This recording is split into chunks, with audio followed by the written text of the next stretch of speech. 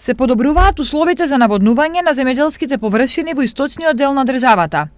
За 10 дена завршува реконструкцијата на системот за наводнување Врсаково во Штипско.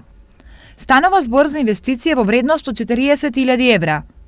Овој систем за наводнување стои руиниран 20 години, а сега со реконструкцијата ќе се обезбеди наводнување на нови 250 хектари земјоделски површини. Интензивно се одвиваат градежните работи на браната на Оризарска река. Во завршна фаза е изградбата на патот до телото на браната.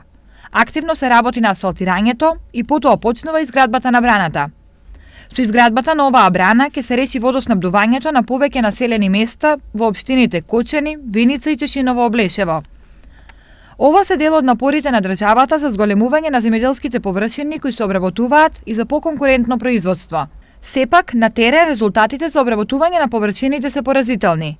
Од вкупно 1,2 милиони хектари земјоделски површини, само половина милиони хектари се обработени, што представува 40,73%.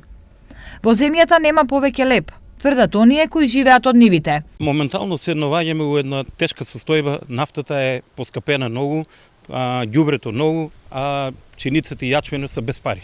И сето земјиште мислам дека ќе остане. Фармерите нешто ако проработат още една година и тоа тешко. Колку инвестициите во наводнителни системи ќе ги вратат земјоделците на нивите е прашање, зашто за земјоделие не треба само вода.